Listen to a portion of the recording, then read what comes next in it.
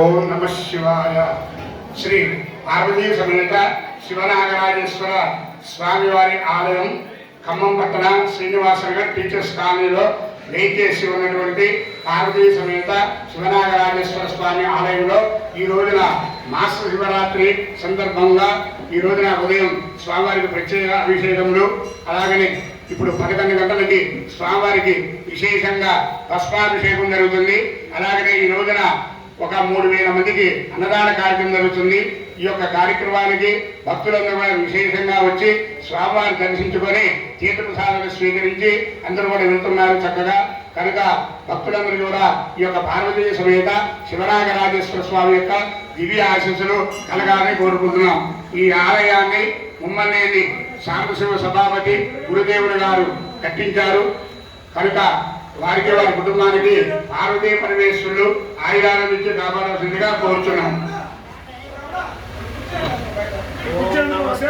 భగవన్ విశ్వేశ్వరాయ మహాదేవాయ త్రయంబకాయ త్రిపురాంతకాయ త్రికాగ్నికాలాయ కాలాగ్నిరుద్రాయ నీలకంఠాయ మృత్యుంజయాయ సర్వేశ్వరాయ సదాశివాయ శ్రీమన్మహాదేవాయ నమః.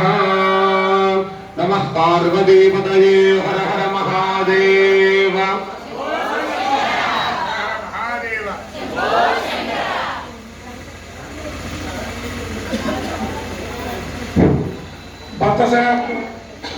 భక్త మహాశైలకు విజ్ఞప్తి,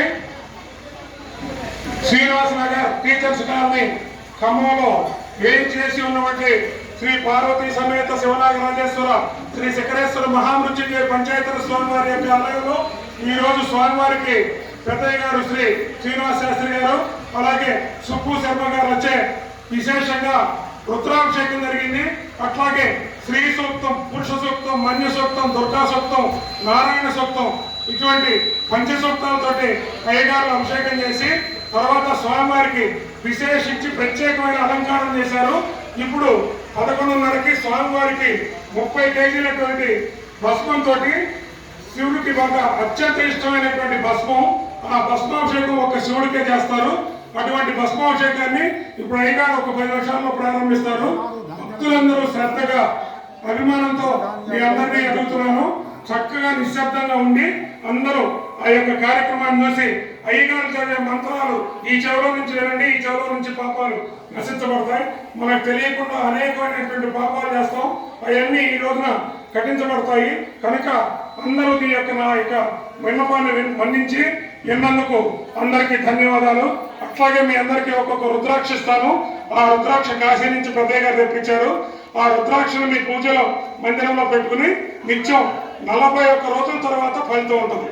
తప్పకుండా మీరు పూజ చేసుకోండి, మీకు ఫలితం ఉంటుందని మీ యొక్క అందరికీ తెలియజేస్తున్నాం. ధన్యవాదాలు.